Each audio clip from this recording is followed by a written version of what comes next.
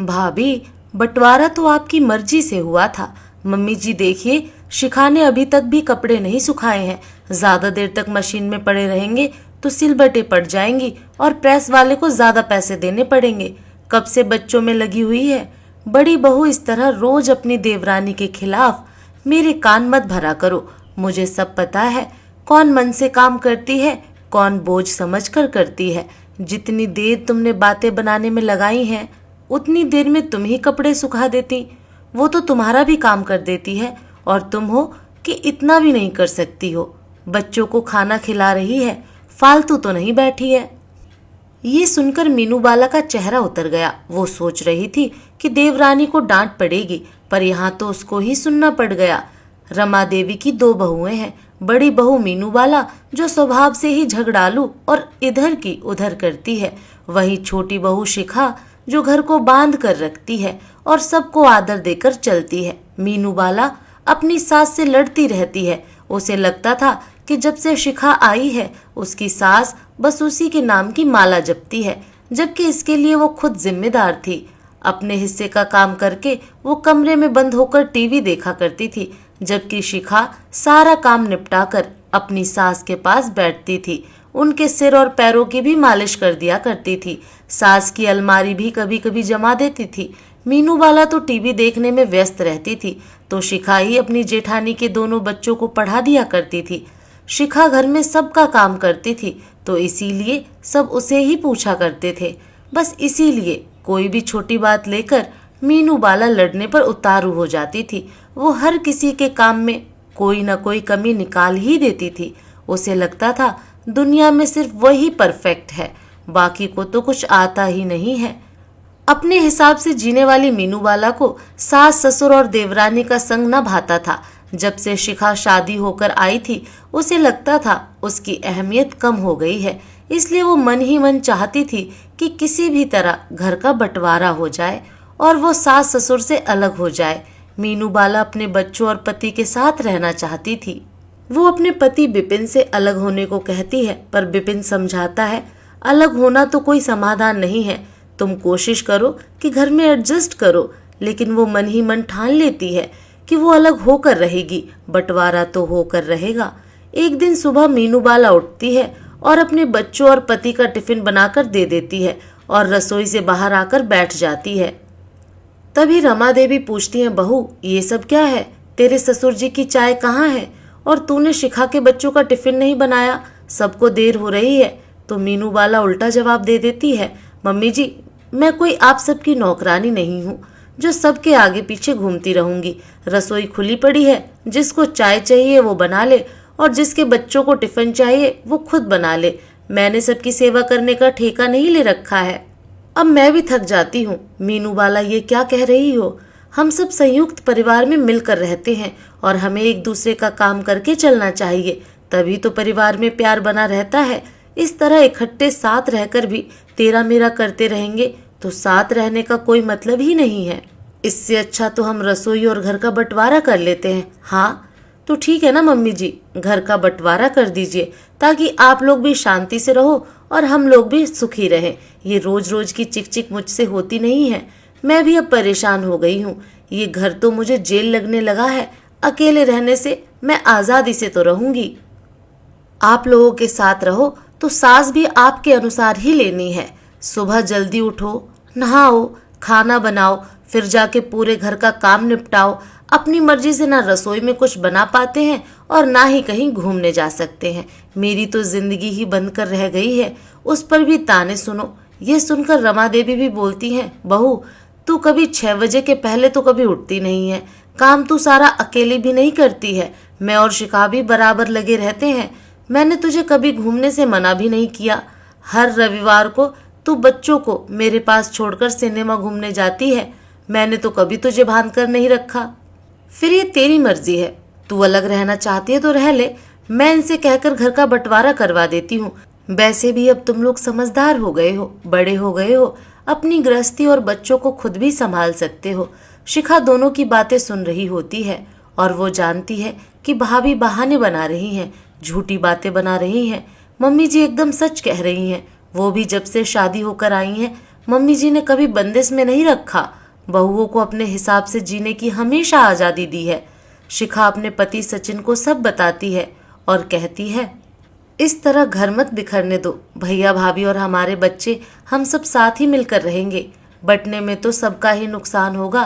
परिवार इकट्ठा रहे तभी तो मजबूत और आदर्शवादी कहलाएगा। आप किसी भी तरह से ये बंटवारा रोक दो। पर सचिन समझाता है, होने दो बंटवारा, ये सबके हित में है। बंटवारा सबके हित में कैसे हो सकता है? परिवार का विघटन, विखराव अच्छा नहीं है।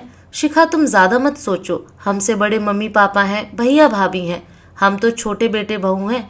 हम क्या कर सकते हैं? विपिन को पता था कि ये बंटवारा सिर्फ मीनू वाला की जिद की वजह से हो रहा है। वही मम्मी से पंगे लेती रहती है, किसी के समझाने से भी कुछ नहीं समझती है। इसलिए रोज रोज लड़ने से अच्छा है कि अलग हो जाएं। पर फिर भी वो ऐसा जताता है कि पापा बंटवारा करके हम दोनों को इस घर से निकाल रहे हैं। वो छोटे बेटे बहू को ज्यादा चाहते हैं। रमा देवी और उनके पति मिलकर बंटवारा कर देते हैं। इस घर के अलावा एक घर और होता है जो उसी शहर में होता है। वो घर किराएदारों से खाली करवा के विपिन और मीनू बाला को दे दिया जाता है और दुकान के भी 2 हिस्से कर दिए जाते हैं। मीनू बाला अपने पति और बच्चों को लेकर दूसरे घर में चली जाती है। सास ससुर शिखा के पास में रह जाते हैं। मीनू बाला के बच्चे बड़े होने लगते हैं। वो स्कूल से कॉलेज में आ जाते हैं। अब वो अपने हिसाब से जी रही होती है तो कभी पलटकर अपनी देवरानी के घर पर पैर भी नहीं रखती है और सास ससुर की खबर भी नहीं लेती है। शिखा सास ससुर के साथ रहकर उनकी सेवा करती है। अब उसके बच्चे भी बड़े हो जाते हैं। मीनू बाला अपने बड़े बेटे का विवाह निश्चित कर देती है और ये खुशखबरी नौकर के साथ अपने सास ससुर को भिजवाती है। दोनों अपने पोते की सगाई से बहुत खुश होते हैं। शादी का कार्ड भी दोनों भिजवा देते हैं तो रमा देवी नाराज हो जाती हैं। अपने ही घर के लोगों को भला ऐसे बुलावा देते हैं क्या? हमारी क्या जरा भी इज्जत नहीं है? हम उसके दादा दादी हैं, हमारा इतना भी सम्मान नहीं है। तब शिखा समझाती है, पापा जी हम तो घर के हैं, हमें तो जाना चाहिए। और राहुल तो हमारी गोद में खेला है। हम उसकी शादी में जाएंगे तो उसे बहुत खुशी होगी, नहीं जाएंगे तो दुनिया वाले बातें बनाएंगे। भला समाज और रिश्तेदारों को बातें बनाने का मौका क्यों दे? भैया भाभी खुद नहीं आए तो क्या हुआ? शादी के घर में 10 काम होते हैं। शादी का कार्ड तो आ ही गया है, बुलावा तो आ ही गया है। जिम्मेदारियां तो अलग होने के बाद भी खत्म नहीं होती हैं। आप तो बड़े हैं तो वहां जाना ही चाहिए। हो सकता है इससे रिश्तों में पड़ी दरार दूर हो जाए। अपनी छोटी बहू की बात सुनकर रमा देवी गदगद हो उठती हैं। उनकी सारी दुविधा खत्म हो जाती है और वो सब अपने पोते को आशीर्वाद देने के लिए विपिन और मीनू बाला के घर चले जाते हैं। धूमधाम से राहुल की शादी होती है। अपनी पोत बहू का मुंह देखकर रमा देवी बहुत खुश होती हैं। वो दोनों को घर पर खाने का आमंत्रण देकर घर आ जाती हैं। 2-3 दिन निकल जाते हैं। फिर रमा देवी अपने बेटे के घर फोन लगवाती है तो जवाब मिलता है दोनों बच्चे हनीमून पर गए हैं। वहां से आकर भी मीनू बाला दोनों को सास ससुर के घर नहीं भेजती है। तब रमा देवी अपनी छोटी बहू से बोलती हैं, शिखा लगता है अलग होने के बाद भी तेरी जेठानी के मन में जो गांठ पड़ी थी वो अभी तक भी खुली नहीं है। तभी तो अलग होने के बाद वो ना तो खुद आई और ना ही अपने बेटे बहू को आशीर्वाद लेने भेजा। मम्मी जी कोई बात नहीं, हमने तो अपनी ओर से पूरी कोशिश की थी। हमें तो यही लगा था कि खून के रिश्ते ऐसे ही थोड़े टूट जाते हैं। अलग हो गए तो क्या, रिश्ते तो हमेशा रहते हैं। आप अपने दिल में कोई मलाल मत रखिए। कुछ समय बाद शिखा के बड़े बेटे की भी नौकरी लग जाती है और अब वो भी अपने लिए बहू तलाशने लगती है। एक अच्छी लड़की मिलते ही उसका संबंध तय हो जाता है। शिखा बड़ी खुश थी और एक दिन सुबह वो सास ससुर के पैर छूकर बोलती है, मम्मी जी मैं और सचिन बड़े भैया और भाभी के घर जा रहे हैं। मोनू की शादी का कार्ड देकर आना है, उनका आशीर्वाद भी तो बहुत जरूरी है। दोनों मीनू बाला के घर जाकर कार्ड दे आते हैं और उनसे जरूर आने को कहते हैं। विपिन बहुत खुश होता है कि अब हम भी शादी में चलेंगे, पर मीनू बाला मना कर देती है। मैं उस घर में कभी कदम नहीं रखूंगी जहां से मुझे निकाला गया है। ये तो राहुल की शादी का कार्ड भी मैंने आपके कहने से नौकर के हाथ भिजवा दिया था, वरना उन लोगों को बुलाने का मेरा जरा भी मन नहीं था। मुझे तो आश्चर्य हुआ, वो सब मुंह उठाकर चले भी आए। हमारे परिवार से उनके घर कोई नहीं जाएगा। मैंने पैकिंग कर ली है, हम सब बाहर घूमने जा रहे हैं। मोनू की हल्दी की रस्म होती है, सभी लोग हल्दी लगाना शुरू करते हैं, पर शिखा की नजरें अपने जेठ जिठानी के आने का इंतजार करती हैं। काफी देर बाद भी दोनों नहीं आते हैं तो रमा देवी कहती हैं, देख लिया बहू, वो तेरी जिठानी है, वो नहीं आएगी। अरे उसे रिश्तों की कद्र होती तो वो अलग ही क्यों होती? वो तो अपने बेटे की शादी का न्योता देने भी नहीं आई और तू उसके घर भी जाकर आ गई। मम्मी जी, आप मन मत दुखाइए, हमने अपनी ओर से हर फर्ज पूरा किया है, हमारे मन में कभी कोई मलाल नहीं रहेगा। कई बार जिंदगी में तैश में आकर हम ऐसा कुछ कर जाते हैं, फिर पछताते रहते हैं कि हमें वो नहीं करना चाहिए था।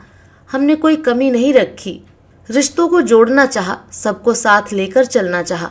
मोनू की शादी की हर रस्म में शिखा और सचिन अपने बड़े भैया और भाभी का इंतजार करते रहे, फोन भी लगाते रहे, पर दोनों ने फोन नहीं उठाया। रात को शिखा बोलती है, आप मुझे एक बार भाभी के घर ले चलिए, मैं उन्हें मनाकर ले आऊंगी। दोनों शादी के फेरों के पहले उनके घर जाते हैं तो घर के बाहर ताला लगा मिलता है। आज उनकी कोशिशों और रिश्तों की हार हो जाती है। भाभी ने ऐसा क्यों किया? बंटवारा तो उनकी मर्जी से हुआ था, वो साथ में रहकर भी खुश नहीं थी और अलग रहकर भी रिश्तों को निभा नहीं पाई। शिखा मन ही मन सोचते हुए वापस लौट आई। दोस्तों, साथ में रहकर लड़ने झगड़ने से अच्छा है अलग रहकर प्यार से रहा जाए, पर अलग रहकर भी रिश्ते नहीं निभाए तो फिर खून के रिश्तों में दरार आ जाती है। खून के रिश्ते तो अंतिम सांस तक निभाए जाते हैं। दोस्तों, आपको ये कहानी कैसी लगी कमेंट करके ज़रूर बताएं। फिर मिलूंगी एक नई कहानी के साथ।